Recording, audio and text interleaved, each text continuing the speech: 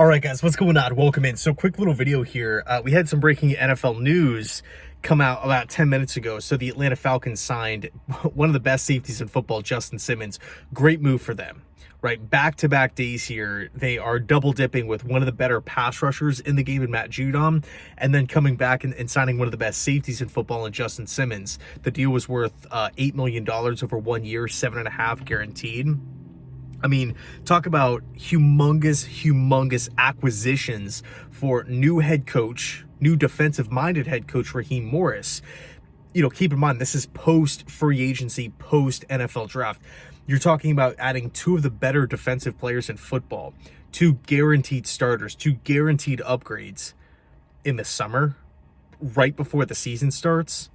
I mean, talk about a win, right? Atlanta hit an absolute home run over the last 48 hours here, really last 24 hours. But I wanted to really just kind of chime in and give my thoughts really on how this not necessarily impacts the New York Jets, but for me, the initial takeaway, right? And it tells me one thing, right? To see pretty much all of the top tier, all of the bigger name safeties now officially off the market.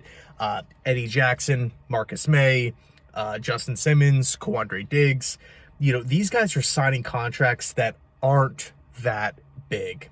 So if we look at the initial report that was made before training camp started about the New York Jets, which was that they're still exploring the veteran safety market, and then we're like slowly but surely getting these updates about these veteran safeties that are signing these, you know, again, very, very cheap contracts. It kind of makes you think like, okay, well, you know, what the heck's going on here? It's not like each one of these guys are signing for $25 million a season or anything absurd. Like Quandre Diggs signed a 1 year, $3.5 million. What I mean, now that I'm thinking about it, Tennessee signed Jamal Adams and Quandre Diggs, two of the veteran safeties.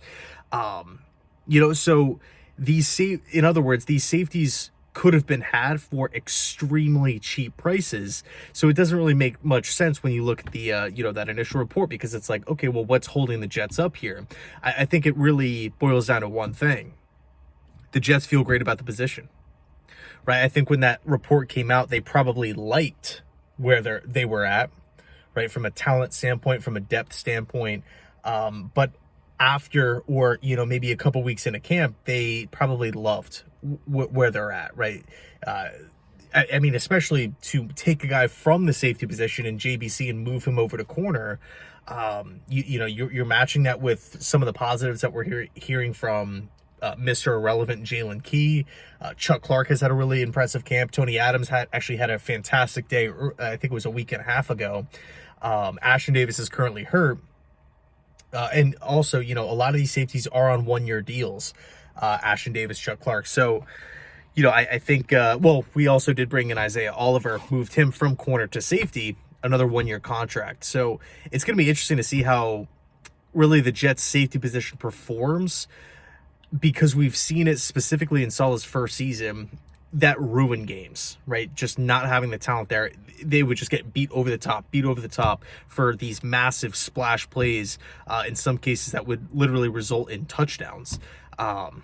So, you know, again, it'll be interesting to see, but with all of these safeties signing for really, really cheap contracts, really affordable deals, team-friendly contracts here, and the Jets, again, being interested but not pouncing on any, it leads me to believe that the Jets feel great about the position. So anyway, let me know your thoughts down below. Thanks so much for watching, and as always, go Jets.